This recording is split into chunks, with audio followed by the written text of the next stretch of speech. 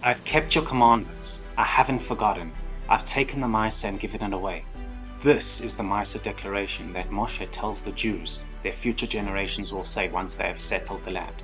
But why is a declaration necessary? Great, so the Jewish farmer kept the law of tithes, but why does he need to say anything about it? We don't do this anywhere else. Nobody wakes up on Shabbos morning and says, hey Hashem, just by the way, I haven't broken Shabbos. So to understand this, we need to go all the way back to Genesis, where the idea of a Misa, a tenth, first appears. Yaakov has just taken Esav's blessing, and he is now running for his life. Hashem comes to him in a dream and promises to take care of him. Yaakov then strikes a deal with Hashem. He says, Hashem, if you will, 1, be with me. 2, watch over me as I go on my way. And 3, if I return in peace to my father's home.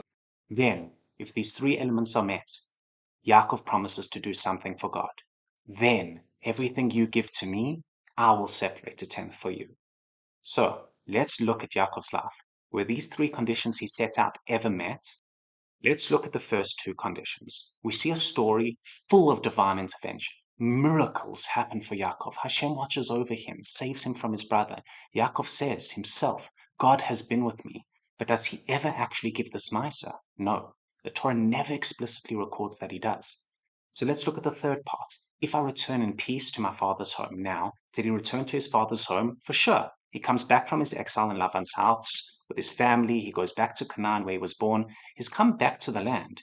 But what about peace? Did Yaakov ever find peace? His story is full of drama. He plays favorites with his wife and his children. But there's strife between all of them. That hatred builds up until the brothers decide to sell Joseph, pretend that he's dead. Yaakov spends the rest of his time mourning Joseph until they finally reunited. But where does that family reunion happen? Down in Egypt, because Joseph has brought them all out to live with him. Rivki Stern from Aleph Beta points out that this last requirement just never happened. Yaakov dies outside of the land of his father. Whatever time he did spend in Canaan, there was never any peace in the family. So it makes perfect sense that we never hear about Yaakov bringing his promised Misa. The bargain was never met. He could never check off the whole list.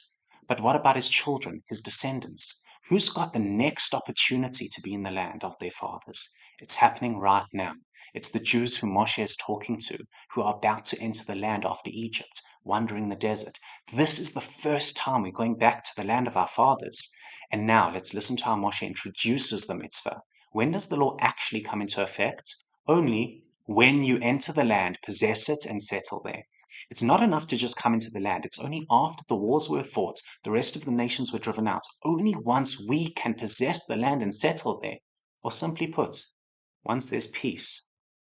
Now the list has finally been completed.